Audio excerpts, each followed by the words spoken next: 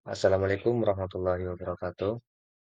Perkenalkan nama saya Muhammad Afi Maksum, biasa dipanggil Apin.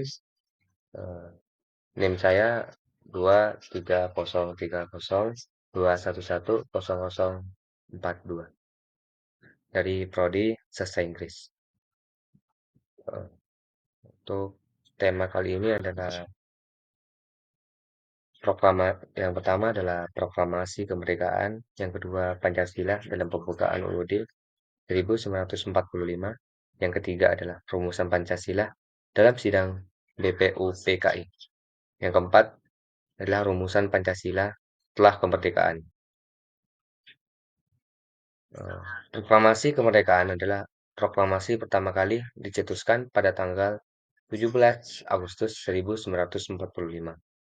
Momen yang bersejarah itu menjadi fondasi dalam perjalanan kemerdekaan Indonesia. Yang kedua adalah Pancasila dalam pembukaan UUD 1945. Pancasila adalah dasar negara Republik Indonesia yang tercantum dalam pembukaan Undang-Undang Dasar 1945. Pancasila terdiri dari 5 sila yang menjadi prinsip dasar eh, dalam kehidupan berbangsa dan bernegara.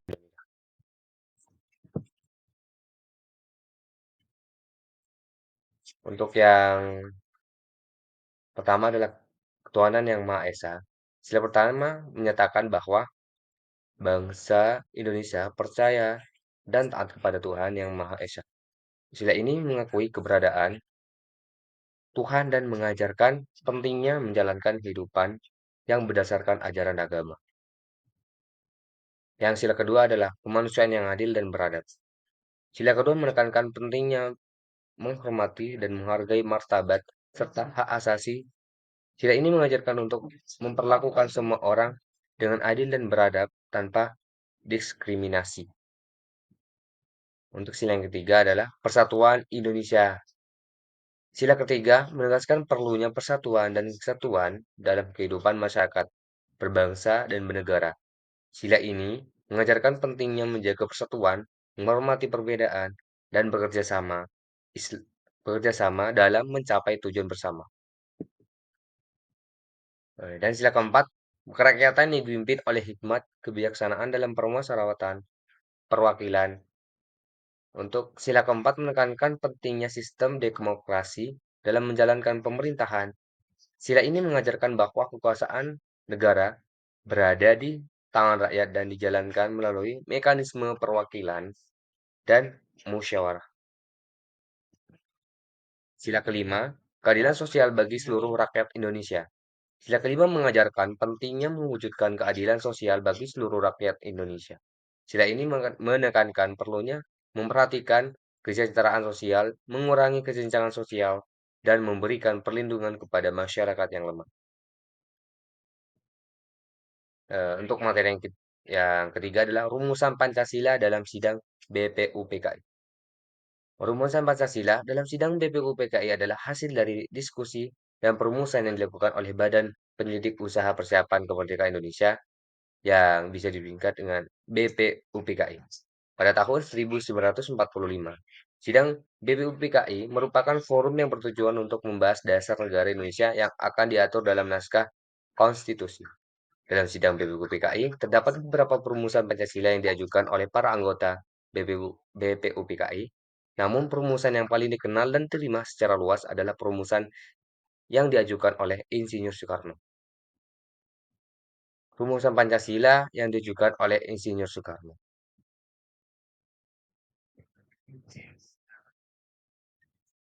Rumusan Pancasila yang diajukan oleh Insinyur Soekarno. Yang pertama adalah ketuhanan yang Maha Esa. Mengakui dan percaya kepada adanya Tuhan yang Maha Esa. Yang kedua adalah kemanusiaan yang adil dan beradab.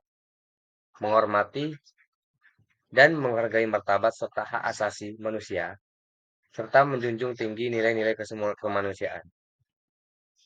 Yang ketiga adalah persatuan Indonesia. Menjaga persatuan dan kesatuan bangsa Indonesia, serta menghormati perbedaan dan kebinekaan dalam bingkai negara Kesatuan Republik Indonesia.